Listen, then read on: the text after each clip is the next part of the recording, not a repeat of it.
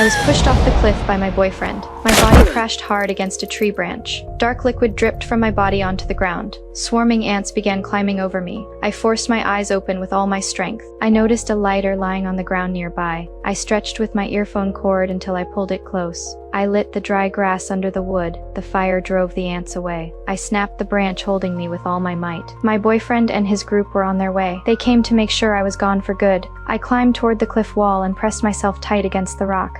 When they reached the spot where I had been, there was nothing. Only scorched ground with no sign of me. They sensed something was wrong and rushed to the bottom. By the time they got there, they saw my traces. I had been hiding right under their eyes. Then they spotted a trail of dark marks on the ground. They started following the marks to track me. The trail stretched all the way to the lake. They split up to search from different sides. I had just climbed out of the water. I saw a light in the distance and hid quickly. One of them stopped right next to me. While he wasn't looking, I grabbed his rifle and pulled the trigger, but it wasn't loaded. He grabbed me and tried to push me under the water. I snatched the knife he dropped. I drove it into his eyes again and again until he fell silent. I pulled the knife out with trembling hands. I drove his car into a cave. I stopped the car and lit a fire. I emptied his belongings onto the ground. I found a can of beer. I drank it down to numb myself. Then I remembered the sedative hidden in my necklace. I took one and swallowed it. The drug started to work and the pain faded away.